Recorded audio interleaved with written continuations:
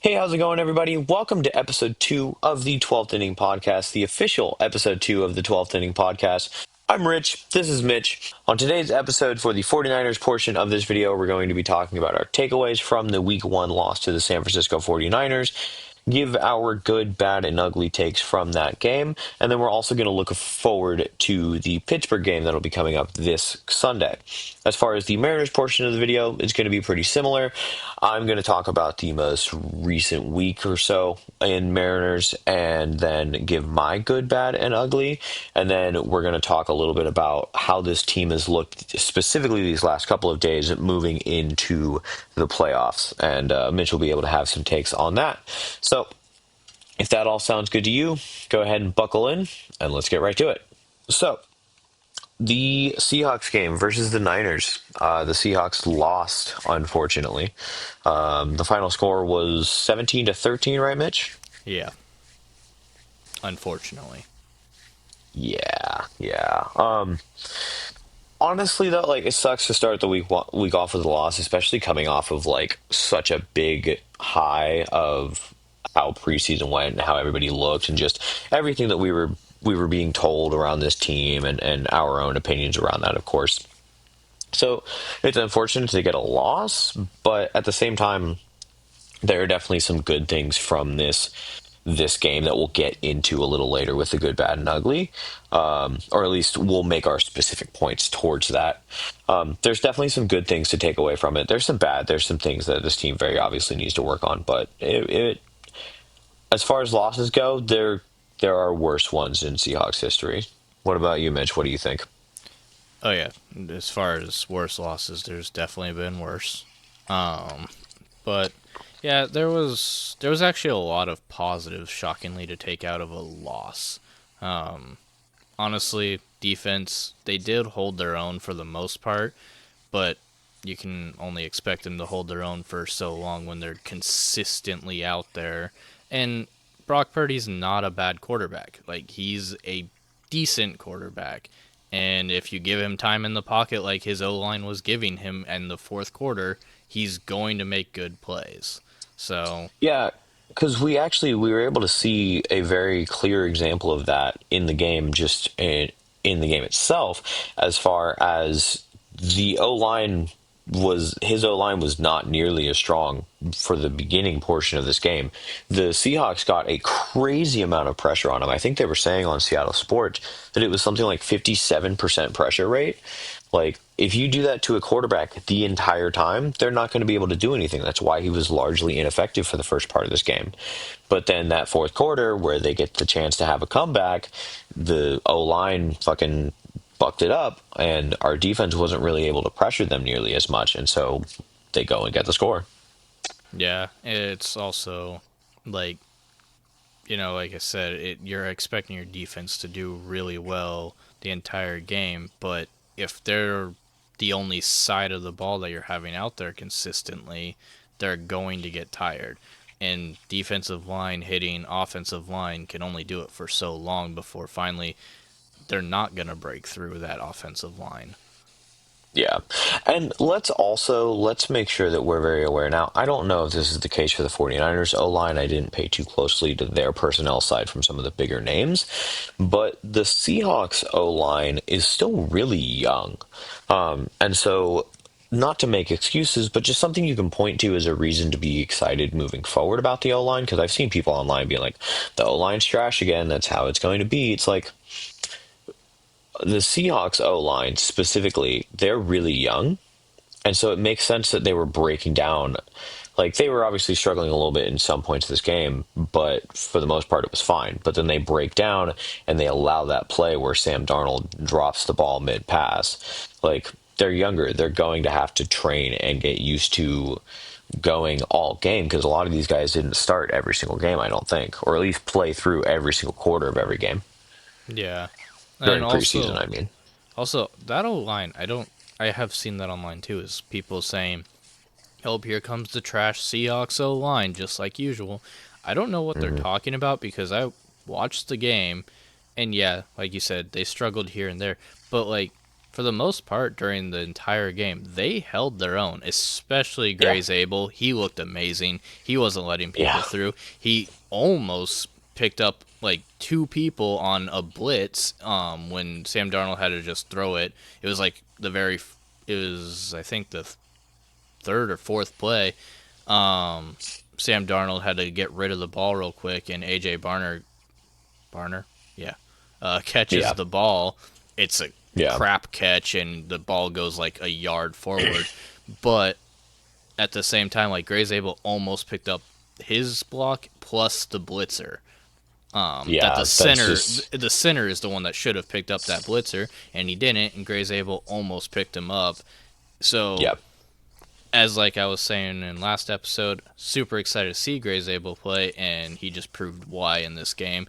He, I think, only let like one, maybe two times let someone through, and even Yeah. then, it wasn't like he let them through. He just got beat. Like I said, there are quite a few positives to take from this loss. Shockingly, Yeah. it sucks. Definitely. This loss sucks for two reasons, in my opinion. It sucks, one, because great, we start the season off with a loss. That sucks a ton. Actually, there's three reasons this one sucks. Second reason is we lost to the 49ers, so we lost to a division rival. So that tanks it even more. And then the third reason is the Cardinals and Rams both won their games. So we're already starting out bottom of the NFC West. So that sucks because obviously the 49ers are 1-0 now. The Cardinals are 1-0, the Rams are 1-0, and now the Seahawks are 0-1, which means we're just fighting from the bottom to start our season. Now, I'm not too worried. Kind of sucks that we're starting off at the bottom of the NFC West. Yeah. No, 100%. 100%. Leads us into our good, the bad, and the ugly. Yeah. So, looking at the good, like we were just talking about, I would say the good for this game, Jackson Smith and Jigba, without question. That man, that was the Jackson Smith and Jigba revenge game. Or revenge game. That was the JSN like masterclass was what that was. Yeah, I agree. The good was definitely JSN. He showed why he should be wide receiver one. Absolutely. And honestly, he didn't even just show why he should be wide receiver one. He showed, hey, I'm being talked about as not that much of a difference maker. You need to put me up in the conversation. This is going to be a real controversial take. You need to put me up in the conversation as one of the top three best receivers in the league alongside Justin Jefferson and Jamar Chase. Yeah, I mean Like, he showed that he can catch that ball even in traffic. So yeah, no, absolutely. He showed out yesterday, and it honestly, like, it made because Cooper Kupp didn't really. I think he had what, maybe two catches on the game, something like that. He yeah, didn't do it's pretty bad low. necessarily. He was struggling to get open, but he did okay for his debut. Could have been better. And Torrey Horton, I don't even know if he caught a pass. I know Elijah Arroyo, the tight end, caught a pass. I was hyped to see that. But JSN, it was either JSN was a ball hog or JSN was just the guy who showed, hey, I can get open. These other guys can't. If you want these opportunities, you have to beat defenders like I do. Yeah, Torrey Horton didn't, but he did have a pretty good punt return. That's good. Yeah.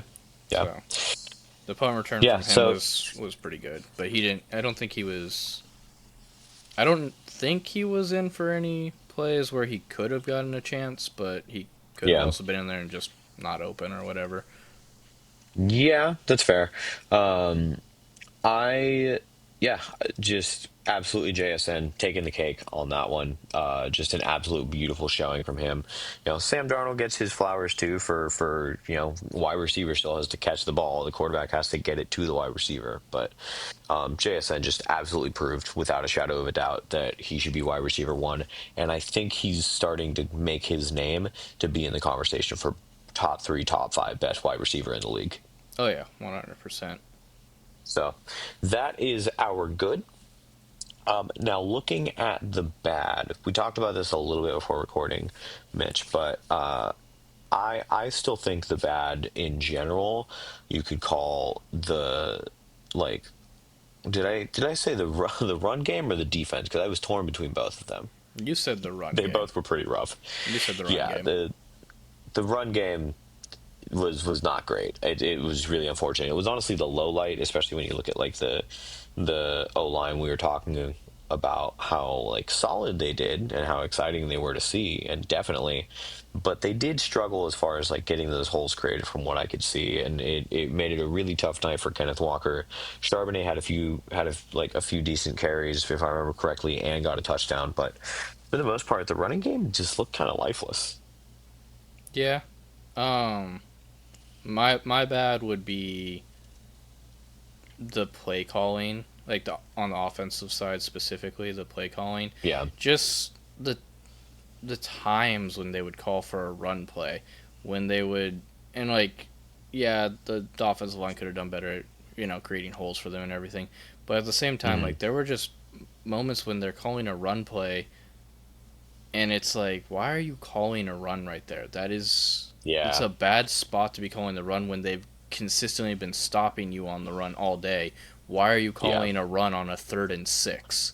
Like I get the concept of establish the run, pound the rock, push it down their throats until they can't defend it anymore. But it comes to a certain point where you have to be like, okay, this isn't working. Like, yes, this was our game plan, but we need to get some passes out there and start moving this ball and soften up this defense for the run game because right now they know this is our game plan. We've been talking about it all offseason. They're being way too stingy. Yeah. Also, the reason I also have it as play calling is I don't understand. Like, I get why they more than likely didn't do it, but I don't understand why they didn't put Milrow in there more for trick plays. They did one time and Yeah, then gave up on it because he ran the ball and got 2 yards, and then yeah. they just gave up on it. And it's like, guys, that was one play. Like, give him more chances. Give him another chance How to potentially pass the ball or something. That was just, How I don't early in know. the game did they run that play? I saw the play, but I don't remember when, like, what quarter it was in. That was the first quarter, and that was the third play of the Oh, okay. game. So, And then they just never called it again. and then they never put him in again. They didn't do anything with Okay, I him was gonna say, like, after if it that. was a later game call, then I understand because again, they're being shown that this defense is stingy. But no, it being in the beginning of the game, no, that's ridiculous. It was literally the third play of the game because it was Sam Darnold threw for the first down to JSN. Yeah, Then it was either the second or third play. I can't remember. I think it might have been. early. No, it was the second play of the game. That's right. Because Yeah, after Sam Darnold threw to JSN, they switched Milrow in. He, it looked like it was like kind of a run pass option type thing. hmm So like he had like three different ways he could have gone because it was like he could have handed the ball off, he could have thrown it over to the side where JSN was, but to be fair, he made a good call not throwing it there because JSN was completely covered. So if he would have thrown it, JSN yeah, either would have got blown up or it would have got intercepted. There was no winning on that. yeah, Handing it off was could have gone either way. And yeah. then he decided to run it, and he got 2 yards on the play. And But it then they was it never was called literally, it. Yeah, that's and then ridiculous. and then or second down. Then Kenneth Walker did an okay run, like he kind of did all game Yeah, long, and then third down. That's when the blitz happened, and hmm Sam Darnold had to throw the ball, and he got it to someone, but it went for like yeah, a yard. Um, yeah. but yeah, so that's why I also like say the play calling is my bad because like you put Milrow in for one play, the second play of the game, and decide, nope, that didn't work. We're not going to do that ever again. At least not for this Yeah. game. And Because it's like I like, can why'd understand you them give up calling it so when the easily? I can understand them calling it when the run defense was like shown to be extremely stingy, and you're just like, yeah, we're not establishing the run at all. Like, I don't know if a trick play is going to fix this, but I still feel like you call it at least once. But I don't know. Maybe that's my Madden brain talking. Yeah, I don't know. It's just like, it just felt like they just kind of gave up. And Yeah. I don't know, that's where it kind of feels like the coaching staff. just wasn't really trying in this game. They were Yeah, calling plays that just didn't make sense at bad times, and I don't know. I yeah. don't get paid that amount of money. I'm just sitting here behind a mic, you know, Monday quarterbacking here. But Literally, yeah. but I'm Yeah. like, Well, I don't know. I think they could have done better on the play calling, but it is what it is. now on to our ugly real quick. I won't have as many points, but Tariq Woolen, man, uh, like like I've said, I didn't get the chance to watch the game end to end, so I didn't see every drive, and I know that he had some good drives and was doing well, but that final drive, Reek lost us that game, man. Like his coverage, he he wasn't playing the ball right. He should have been playing the defender in that situation. I just I hate to say it because I love Reek. I think he's a fantastic football player, but yeah, I think he lost us that game. Obviously, the offense could have put us in a position to win that. So it's a team sport. Blame goes to everybody, but he was the weak point in that final drive. Yeah, my bad is also, or my bad, my ugly is also Tariq Woolen because like I watched the game and he had a couple good plays. The problem was they didn't really target his side that often, so he Mm, had some good here and there. I think he got in his own head there on that final drive of if I intercept it here, I win us this game. And the yeah, problem was the Seahawks already had two interceptions from two separate defenders, and he wasn't one of them. And I yeah, think that's what happened was he got in his own head and said, I could be the third interception, which is also going to be the game-winning interception. Because if he does I intercept it there, yeah, the Seahawks just have to run out the clock now and we win. But yeah, you can't get in your own head there. You have to just play your game. You cannot try yeah, to be the hero in that instance. Like you have to yeah. just play, like you said, play the defender. He plays the defender there. Doesn't that guy doesn't catch the ball, and we potentially just stop them. But like I said, I think he got in his own head and said, "I can be the hero here," and it failed miserably. I like even if it is just that because like there are people who are saying like he shouldn't be re-signed. I'm like, bro, it's week one. Like, if this is still an issue come week five, six, like towards the middle more part of the season, then I might be on board with that. But I'm also like, it's week one. You got to shake the rust off. I can understand wanting to be the hero in week one when all this noise is surrounding you about this team is going to go 4-3 and whatever. Like I get it. It's human nature. You want to be the guy who saves everybody. Obviously you shouldn't, and that's one of those things that I feel like with time, like even moving into next week, he's a disciplined adult. He's an athlete for a reason. That also comes with a certain expectation of mindset, and I do believe that he's going to be able to reach that. Whether it's week two or week three, I don't know. But if it's any further than that, then I'm going to start to have questions about where he should be and whether he should be on this team moving forward. But for now, I'm going to give him a little bit of grace. It is frustrating. It's a bad look. But I do think that it's something that he can bounce back from. And I do think that this loss as a whole is something this team can easily bounce back from. I'm not worried long term about this team just because this loss, because there was enough good and the bad isn't catastrophic. That I think the whole team, including coaching staff, can actually learn from it. I think the coaching staff can learn where to make better calls and not be like, oh, we're getting stuffed on the run. It's 3rd and 6, and it's Hmm. the game game is on the line, starting to be on the line here. Well, let's call a run play all of a sudden. Like, what are you Yeah. doing?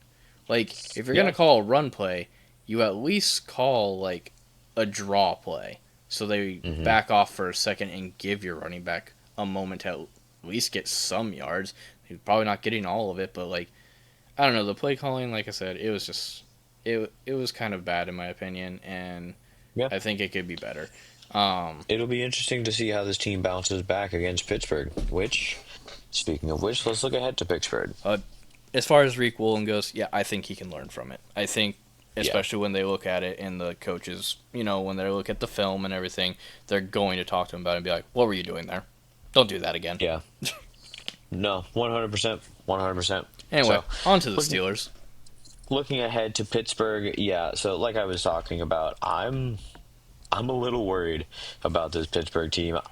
Now, granted, I don't think they're going to be elite. I still think it's going to be a close game, but I that's coming off of I was earlier thinking that this was going to be damn near a blowout. Maybe not necessarily a full-on blowout, but I didn't think this game was going to be close. I'm going to change my tune on that after seeing Aaron Rodgers versus the Jets. I mean, yeah, that's fair. I don't think it'll be too close. I'm not too worried. So that's what I kind of Mm, started saying was, as far as I'm not too worried about it because the Jets offense did so well, and they still have the Jets offense. They're not a amazing offense or anything, and the fact that they yeah, I can only almost name beat the two players Steelers, from the Jets offense. right? And so the fact that they almost beat the Steelers tells me that the Steelers defense is not that good, Yeah. which that's why like I'm not too worried about the game. The Steelers offense is probably going to be good. I'm a little more worried, but I still think that this is a good team, and I still think that this is going to be a really, really interesting game. Um, Honestly, I'm the type of person, I think week 2 and 3 are the most fun weeks to watch because week 1 just always kind of feels like a fluke. It doesn't really tell you much, but by week 2 or 3, you're starting to see patterns and you're starting to see things where it's like, okay, this is a pattern from this team that they're either going to have to break or this is just how they are. Yeah, I'm not too worried about it. I I Yeah. do agree though. I think it is going to be closer than what we were talking about when we were doing our schedule predictions last week. So Yeah, well, I think that about wraps it up for the Seahawks portion of this video. So, do you have any final points, Mitch? no, I think we went over everything. Yeah, I think it's time to move on to the Mariners. All right. So, moving on to the Mariners, the last 3 games have looked significantly better than we've seen the Mariners look in almost a month. So, pulling up the schedule here just to kind of help me with my memory. So, obviously, you got swept by Tampa Bay last week. Rough, very, very rough. So you had your off day, and me personally, I was looking forward to this off day because as a Mariners fan, I needed a fucking break. Like, oh my God, I needed a break from watching this team. But also knowing that hopefully this team can, do something together on the off day and bond and remember that they're playing for each other, not just playing to hit home runs and try and be the hero. And so I was really hopeful that that would happen. Now, then they go into Atlanta, and you lost the first game. You lost this game 1-4. Now, the game really wasn't as lopsided as a score because a 3-run win is a pretty hefty win. This game wasn't nearly as lopsided as that though because it was a pitcher's duel. It was 1-1, I believe, for most of this game, or 1-0 for most of this game. And so the Mariners almost at least got it to to extra innings. Who knows? Maybe they would have gotten to the 12th inning. But unfortunately, Atlanta hit I think they hit like a triple, a single. Like they scored 3 runs in an inning. It was rough. It was not great. And so you lost that first game, and so you're sitting there and you're wondering. You're like, damn, like, are we screwed? And then in comes the Etsy Witch. You are obviously a little familiar with the Etsy Witch because you watched today's Mariner Mojo episode, right? Yes. So let me give you and the viewers and listeners at home a little context into what the hell I'm talking about. Because the Mariners vibes, I think, just got fixed by witchcraft.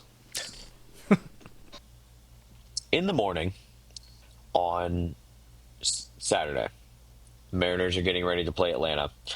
And someone on Twitter named, uh, so he goes by Absolute Unit. It's not Bob R055 on Twitter. Tweeted out that he had paid an Etsy witch to cast a spell on the Seattle Mariners to, and I quote, unfuck the Mariners and unfuck the Mariners season. So he tweeted, I have paid an Etsy witch to unfuck the Mariners, besties. Help me manifest. This Etsy witch, he paid her to cast a spell, and she emails him, or messages him on Etsy. I completed my spell with my best materials for you. It was a ritual process full of beautiful energies, dear. Everything is fine. Now all you need to do is to stay positive and accept the manifestation of the spell. If you have any other problem, I am always here to help you, dear. We paid an Etsy witch, and the Mariners. You want to know the score of that Saturday game? I mean, I know it. 10-2. Y'all, they paid an Etsy witch to unfuck the Mariners, and I think she succeeded. Because not only did they win 10-2, they then went on yesterday to win 18-2. The Seattle Mariners on September 7th, 2025 scored more points than the Seattle Seahawks. Yeah. Yeah. And it's all thanks to the Etsy Witch. Because that streak continues. Okay. They have now won 3 in a row because they just won their game today against St. Louis. Or yesterday, I should say. Monday. They just won against St. Louis. And it was a solid game. Nothing super crazy to point at. Yeah, they didn't win 18 to Like, 2 on that one. no, it was a more normal game. But to be fair, St. Louis is a better team than Atlanta. So, Yeah. I'll take it. Real quick. Mhm. Also, to give props to Mariner Mojo because they did the math on this. I did not. They scored before the Cardinals game. They scored 51 runs to 44 runs for their Right. They opponents. had a positive run differential Yeah, despite having a losing road trip. and like Mariner Mojo said, Ridiculous. 51 and 44, Ichiro and Julio. Oh my God. Yeah. Yeah. So, Yeah. uh, but yeah, they scored So, 51 runs in total to 44 runs of all their opponents that they faced. So even while having a pretty bad road trip, they still had a higher run differential. Mostly due to, the 10 and 18 games that they had, but still. yeah. Yeah. So, it begs the question, are the Mariners back? It's possible. I need to see more before I say that. I will say to highlight some people, and like I said, I'm going to go over a good, bad, and ugly. So actually, maybe I'll save the highlighting for that. But I need to see a little bit more. There has been some good play on both sides of the ball, thankfully.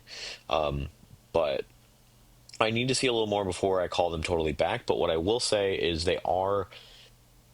they're pulling themselves out. These 3 games have been really important to win because you've either kept yourself steady or you've actually gained ground on some teams. The Rangers and the Royals lost today. The Astros had a game off, so you've actually gained ground and like kept your lead in the wild card with these 3 wins. That's hugely important because you were falling, you were slipping, you were sliding so bad over the last frankly month. Like since the last homestand, you had one positive stretch, and that was the most recent homestand.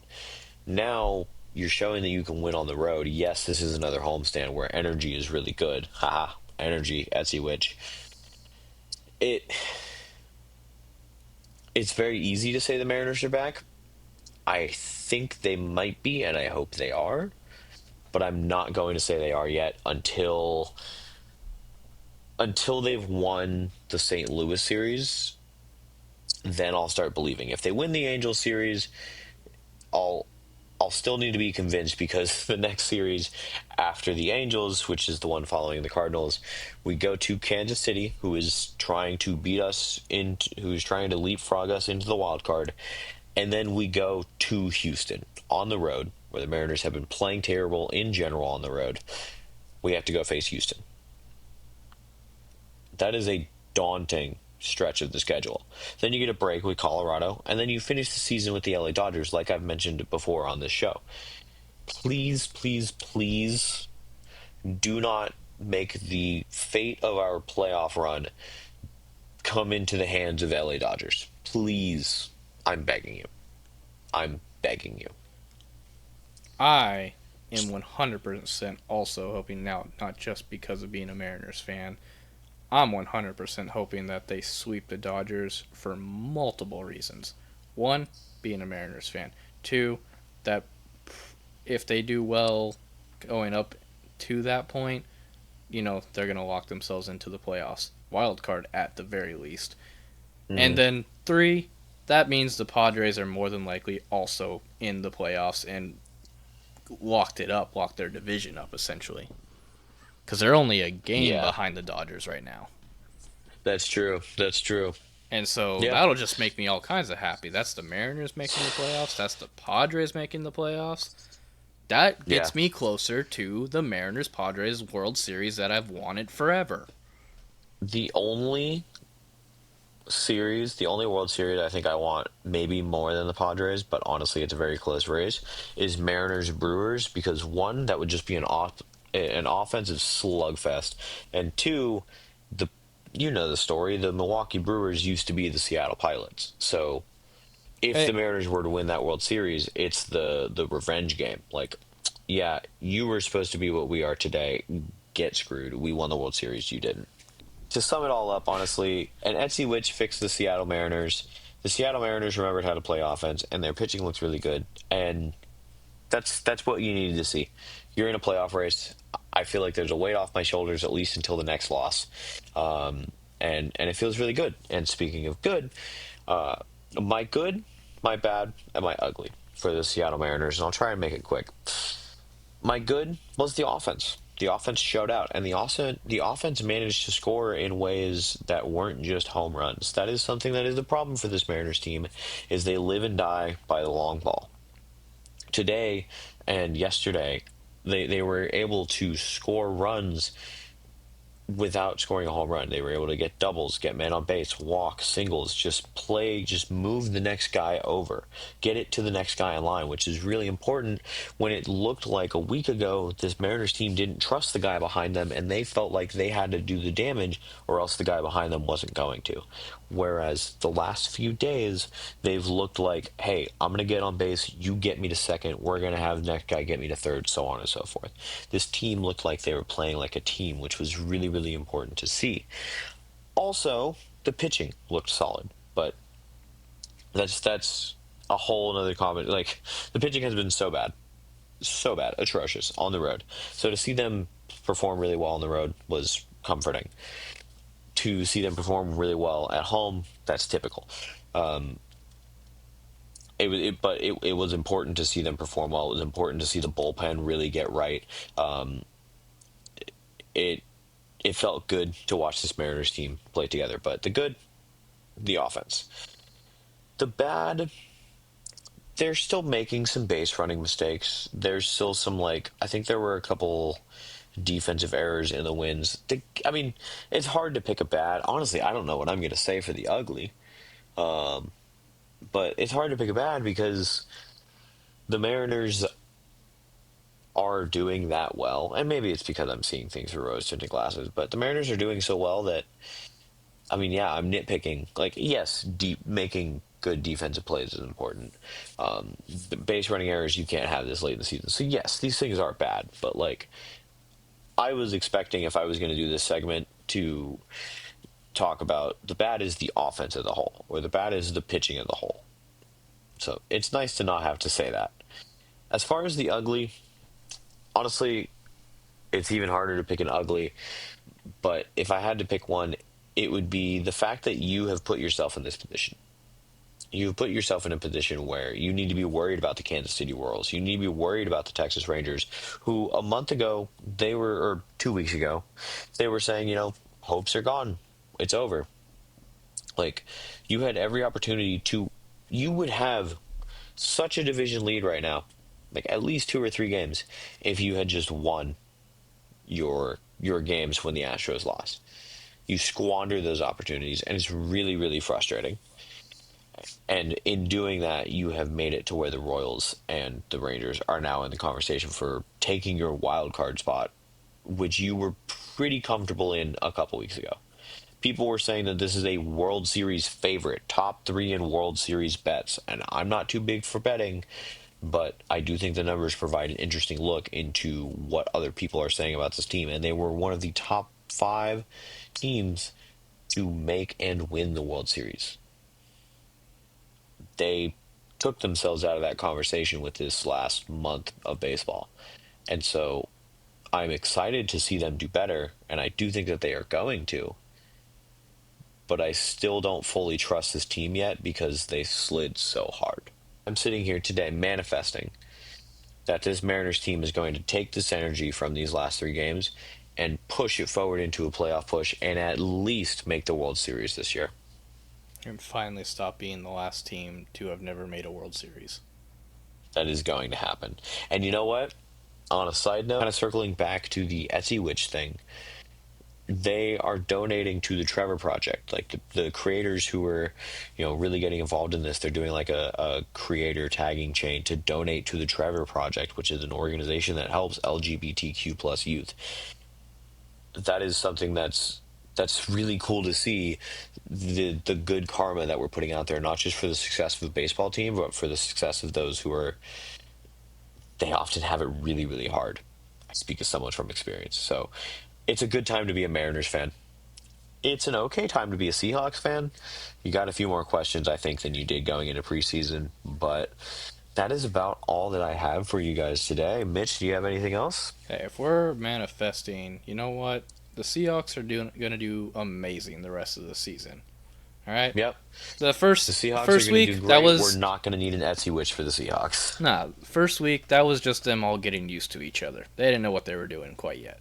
They had to get All right. they are playing together for the first time. Like I mean, true. There are a lot of new guys on the team. Yep. There's very few guys that were on this team from last season that are starters at least. So Yep. they're all getting used to each other. They're going to do great the rest of the season. They had some things Mm-hmm. to learn from the first one. They're doing great this season. Mariners, they're going to take these three games and they're just going to push it all the way through to the rest of the season. You know what though? I am going to say they're at least going to win the rest of their series. Yep. They may not And honest, completely sweep all the teams that they're about to face, but they are going to at least win all of the series that they have left. if they play anything like they played these last 3 days, that's 100% going to happen. But yeah, I think that is about it for me, you guys, and about it from us here at the 12th Inning Podcast. Thank you guys so much for watching episode two, the official episode two. Before we sign off, if I could ask you if you'd be willing to do the podcasty things, doing the comments and the likes and the blah, blah, blah, blah, blah, would be greatly, greatly appreciated. We really want to start a dialogue with the people that watch these episodes. So thank you guys so much again for watching. And yeah, with that, we sign off. Go Mariners, Trident's up. Go Hawks.